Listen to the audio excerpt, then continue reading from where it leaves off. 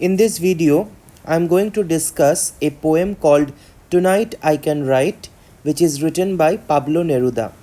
So, before starting the poem, I need to give you a background about Pablo Neruda, and I need to remind you quickly that this poem belongs to the post modern literature paper. So, Pablo Neruda is a poet belonging to Chile. Chile, you know, is a country in the southern part of South America. It has a long history of colonization, just like India had been colonized for a long period of time by the British. Similarly, Chile had been colonized by the Spanish. So, the culture of Chile has been greatly influenced by the Spanish people and their language. Pablo Neruda is the pen name of Ricardo Eliezer Nefatali Reyes Bosalto. That is the full name of our poet, and obviously it will be a little bit difficult for you to remember. So it will be better if you remember only the pen name Pablo Neruda. He was born in the year 1904 and died in 1973, and he represents the poetry of South America. So we in this particular paper are reading poets from various parts of the world. We have read a poet from Arunachal Pradesh in India. Similarly, now we are hearing a voice from the extreme south of South America, that is in Chile. This poem is a part of Neruda's collection of poems. First of all, I need to remind you that Neruda had started writing poems from quite an early age. Just at the time when he was 10 years old, he wrote his poems, and then after just a few years later, he started publishing his poems as well. And therefore, from quite a young age, he has been writing, he has been a prolific writer, and his contribution in poetry is vast, it is great, and that is why he has been awarded the Nobel Prize in Literature as well. So, this particular poem, Tonight I Can Write the Saddest Lines, is a part of a collection of poems which is called 20 Love Poems and a Song of Despair. So, the name of the collection is 20 Love Poems and a Song of Despair. This was published in the year 1924. You can understand Neruda at that time was just 20 years old. So, at a very young age, he published this poem, and there had been a sort of controversy because some people considered it too bold for a young boy like Neruda, who was just past 18 at that time, to compose such a poem which has some erotic references. So let us now delve into the poem. Let us now discuss the poem so that you can understand what makes it so special, so important, a part of Neruda's composition. Tonight I Can Write the Saddest Lines. So there is no title in this particular poem. The first line of the poem acts as the title itself. Tonight I can write the saddest lines. Write, for example, the night is starry and the blue stars shiver in the distance. The night wind revolves in the sky and sings. Tonight I can write the saddest lines. I loved her and sometimes she loved me too. So, the first thing that you need to understand in this poem is it is a poem of separation. A young lover has been separated from his beloved, from his sweetheart, and naturally he is heartbroken, he is very upset, and in his sadness he says that he is able to compose poetry which is very, very sad, and that is why he says, Tonight I can write the saddest lines. So here we realized three things. First of all, the poem is spoken by a poet. So it may be Neruda himself, it may be a poetic persona, but we understand that by profession this person is a poet, he is a writer. Secondly, we also realize that he recently had a breakup with a woman he had loved that woman, he confirms that, and he had been loved by that woman as well, but now that relationship ended. And the third thing is, it is the setting of a night. So not just a normal dull night, but rather a bright and starry night, a night in which the sky is covered with beautiful stars, a night in which lovers would prefer to spend time with each other, holding each other's hands under the beautiful shining sky. But this makes the situation even more pathetic for the poet, that though the night is so beautiful, though the wind is so gentle, yet the poet does not have his beloved with him. That makes him even sadder. Now, it is a conception, I don't know whether it is very valid or not, but there is a conception that true poetry comes out when you are hurt, when you are in pain. And that is why perhaps our poet is saying that because I am hurt, because I have broken my heart in love, so I shall be capable of writing the saddest line tonight itself. And one thing that you need to understand in the first line, which actually becomes the refrain in the poem, it keeps on getting repeated at the beginning of every stanza. So the word can is very important. The poet is not saying, tonight I will write the saddest lines. The poet is not saying, tonight I shall write, or I should write, or I must write.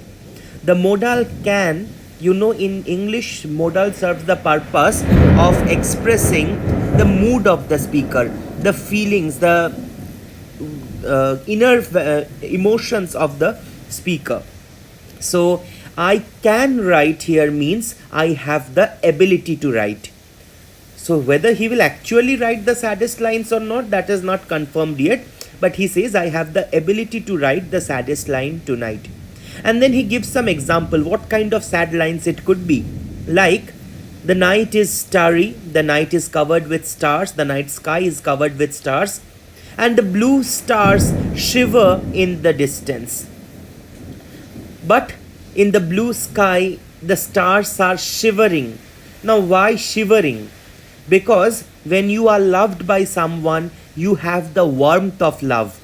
But when you are heartbroken, when you are away from your beloved, you feel the chill of separation, the coldness of separation. So love is always called a warm feeling. But because the poet is out of love right now, that is why he feels it is quite a chilly atmosphere, why quite a cold atmosphere, and that is why perhaps the stars in the sky are also shivering in a distance far away from him. Is the distance referring to the distance between the poet and the beloved? Obviously it can.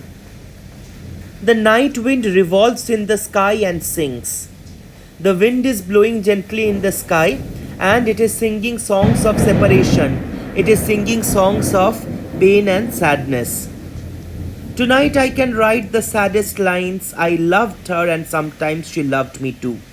So he repeats this line. I told you this line becomes the refrain in the poem. It gets on repeated again and again. So he says that I can compose the saddest poem. I can write the saddest lines because I think that I had truly loved that person, that beloved of mine. And she had also loved me, but maybe sometimes. So there is a doubt, there is a question in the mind of the poet. Maybe this woman had not loved him always. Maybe this woman had not very deeply loved him, and that is why he uses the word sometimes. Not forever, but maybe sometimes she had been in true love with him.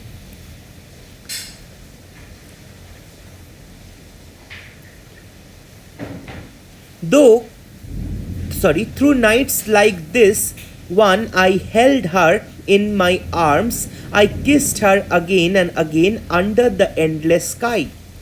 So I told you that the night is so beautiful that it makes the situation even more pathetic for our poet. because the night is really a starry one and so beautiful. It's the sky is looking so beautiful, and the poet remembers that in the past, when his beloved was there with him, he had held her in his arms and he loved her and kissed her, and they were together. They were enjoying the felicity of love, they were enjoying the happiness of togetherness earlier, when they used to have such beautiful starry nights. But tonight she is not there. Despite the stars shining in the sky, despite the beauty of the night, the gentle blowing wind, the beloved is not there with the poet.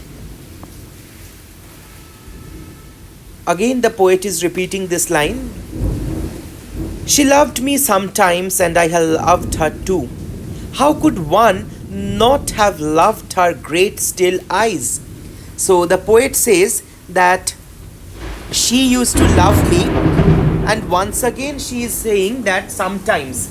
Once again he is saying that it's not always, it's not forever, but she had been in love with him and he was deeply in love with her too. And how can someone not love a person like that woman who had such beautiful eyes? Her eyes were so attractive. Now here we are getting an idea that it is quite possible that the poet was in love with that woman, perhaps because of her physical attractiveness, perhaps because she looked very beautiful or she was very attractive in her personality. See, he was just a boy of 18 or 19 years at that time when he composed the poem. Well, that is not really the true age of having a deep love. It can be somewhat infatuation. It can be somewhat, what is infatuation? It is not true, genuine love. For that you need to mature. For that you need to have a more intelligent, more developed mind. So maybe that was just an infatuation because of her beauty, because of her charm, and that attracted him towards that woman. So he says that how can someone not love such a woman who has such beautiful eyes? Tonight I can write the saddest lines, to think that I do not have her, to feel that I have lost her. Yes, he can write the saddest line tonight, the saddest poems tonight, because he thinks, he realizes that the beloved is no longer there with her, that his love is no longer present with her. He feels that he has lost her. A person whom he had valued so much, a person whom he had loved so much, is now lost. And that is why he says he can compose the saddest poems, the saddest lines tonight. To hear the immense night still more immense without her. So, when you are passing a happy time, you think that the time passes very quickly, very soon. But when you are passing a sad time, you think that the time is just not moving. The hands of the clock are just not moving. Even 5 minutes seems like an hour. So this long night, this immense night can mean both the length of the night as well as the beauty of the night. So this beautiful, powerful, nice night is becoming difficult for him to bear, is becoming difficult for him to pass without his beloved. And the verse falls to the soul like dew to the pasture. So this is a beautiful simile our poet is using. He says, see, in this poem we don't see a lot of figures of speeches, a lot of rhetorics are not used. A few are there, but they are very appropriate. So naturally, because his soul is under pain, naturally the poetry comes to his soul. Just like on the winter mornings, the dewdrops fall on the grass, the dewdrops fall on the pasture, the fields and the grasses. The poetry is falling on his soul. The poetry is coming to his soul. You cannot write poetry unless and until you are having an inspiration. You need some inspiration to write poetry. For our poet, inspiration is the separation. His inspiration is the loss of his beloved. And that inspiration comes to his soul, comes to his heart quite easily, quite smoothly, because he has felt the pain of separation so deeply. Therefore, the inspiration is falling so smoothly on his heart. Just like the dewdrops fall on the grass, similarly, gently, easily, smoothly, the inspiration is falling upon his heart. What does it matter that my love could not keep her? The night is starry and she is not with me. So, though he had genuinely loved her, though he had a lot of desire to keep her forever with him, but his love was not binding enough. He could not keep that woman with him forever. She is lost ultimately. And today, in this starry night, in this beautiful night, she is not there with him. He is all alone because he could not hold on to her, because his love could not hold on that woman. This is all. In the distance, someone is singing. In the distance, my soul is not satisfied that it has lost her. So, this is the summary of the whole situation. He is sad, he is heartbroken, and in his heartbroken situation, he is ready to write poems. So, this is all. And he hears that in the far away distance, someone is singing a song far, far away from him. And his soul, his heart is not at all satisfied in losing that woman. His heart is broken in losing that woman. My sight tries to find her as though to bring her closer. My heart looks for her and she is not with me. So it's like he is missing that woman so much, he is missing his beloved so much that wherever he looks, he can see only that person, that lady. So his eyes, his eyesight is searching only that woman, trying to get back her, trying to get her closer. His heart is pining for her. His heart is deeply desiring to get her back. But the hard reality is that, however he may hallucinate, his eyes may hallucinate, but he does not have that woman with her right now, with him right now, sorry. The same night whitening the same trees, we of that time are no longer the same. So here the poet is contrasting the eternity of nature and the transient life of mankind, transient relations of mankind. The night is same, the trees are same, nature is same. Only the love affair is no longer same. On similar nights, a few days ago, the poet and his beloved stayed together. They enjoyed the beauty of the night. They enjoyed how the night ended, the bright sunlight rose, the trees once again became bright with the light of the sun. They saw the sun rise together. But today, though the night is same, the trees are same, nothing has changed in nature, but their relationship has changed. They are no longer together. So, this is how the poet is pointing out that human life, human relationships in this world are mortal, temporary. Only nature is immortal. Nature continues to go on in its course. Man may change from time to time. I no longer have her, that's certain. See how many times the same idea is repeated, that the beloved is not with him and he is not with the beloved and she is not there for him. So many times this repetition is highlighting the emptiness in his heart. The pain that the lover is feeling is highlighted or heightened by the repetition of this idea that I no longer love her, that is certain. So why does the poet say that he is no longer in love with her?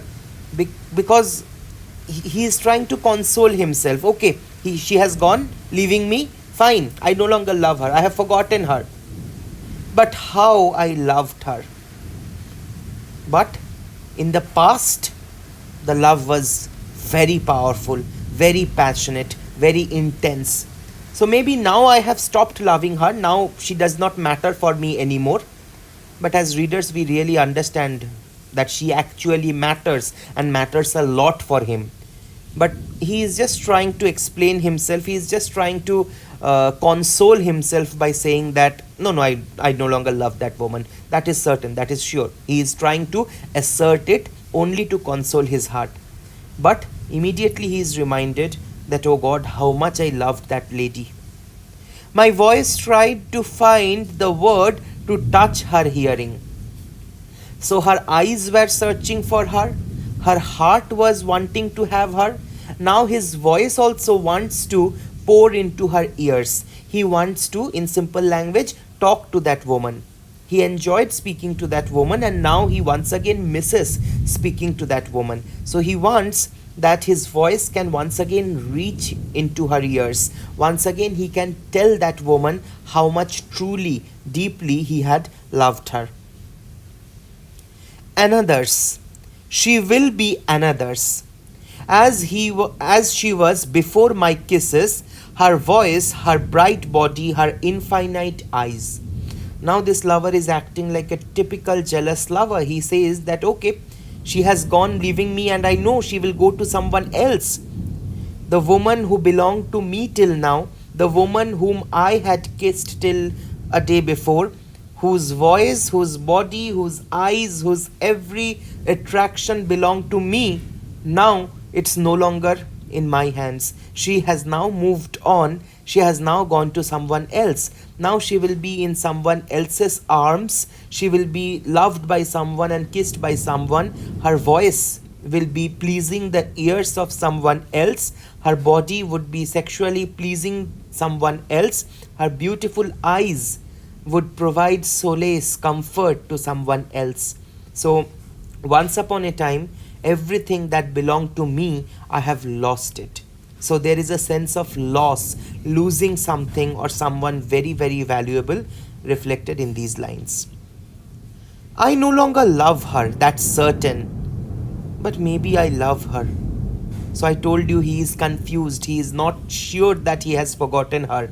It's only he is trying to just console himself, his heart. That no, I no longer love her. She is not worth it. She has left me for someone else. Let her go. Let her remain happy with someone else. No, I don't love her at all. That's certain. But despite this assertion, despite this highlighting the same point again and again, he knows that deep inside his heart, he loves her. That is why he says, but maybe I love her. This line is very, very important. Love is so short, forgetting is so long. And how true. Perhaps these are the feelings, these are the emotions which actually reflected the emotions of the common man. Pablo Neruda became extremely popular, particularly among the younger generations, because he was able to strike the right chord with them. He was able to touch the hearts of young men and women because his poetry reflected sentiments which were very easy for the common man to identify, to relate. So that is why these lines are very often quoted, commonly quoted. Love is so short and forgetting is so long, and how true this is that if you love someone, the relationship may end, the relationship may break, but the memory of that relationship stays on. It's not so easy to get over the memory, it's not so easy to forget someone so easily. That is why our poet says that love is so short, the relationship, the period of courtship is so short, but to forget a person from your life sometimes takes even the whole lifetime. Because through nights like this, one, I held her in my arms. My soul is not satisfied that it has lost her. Idea is repeated once again that it's not easy to forget, because whenever such beautiful nights come, whenever I see the stars in the sky, I am reminded of those beautiful moments I passed under the sky, under those stars with my beloved.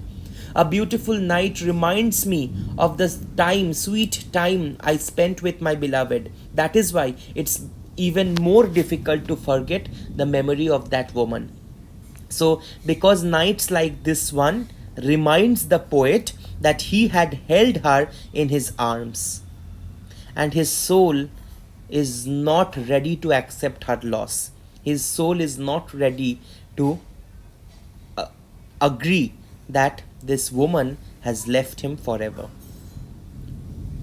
He concludes the poem by saying, "Though this be the last pain that she makes me suffer, and these the last verses that I write for her." So you see, the lover is not intending to take any revenge, because if the love is genuine, you will never want your beloved to be hurt. You never want to give pain to someone whom you have genuinely loved. So, our poet does not want to give any pain or suffering because the beloved has left him. He does not want to cause any trouble to the beloved. He thinks that he will forget her after this. He will write a poem now, and after writing a verse, this will be the last tribute to that beloved. This will be the last verse dedicated to that woman whom he had loved, and after that, he will forget her. So, this is the last time he is suffering the pain. This is the last time he thinks that this woman can hurt him. After this, he will forget her, he will no longer write poems on her, and he will be free from the pain. Whether that is actually possible or not, we really don't know. Because the person who is so deeply in love with someone, it can be quite difficult for him to get over the relationship. It can be quite difficult for him to forget the relationship. And that is why this can also be just an assumption. The last two lines, the ending couplet, can also be just it's just a method to console the heart of the poet that okay, enough of crying, enough of feeling lonely and sad. I will forget her from now on. This is the last time I am writing a poem for her, but from tomorrow, a new beginning, a fresh beginning. How far he will be able to stay upon this resolution, we do not know. But he makes a resolution. He is resolved to forget this woman. So, Tonight I Can Write is a poem about love, as you can understand very clearly.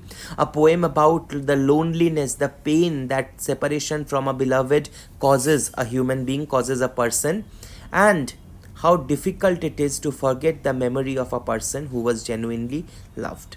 Not very complicated, but yes, has a connect with the common man. Thank you.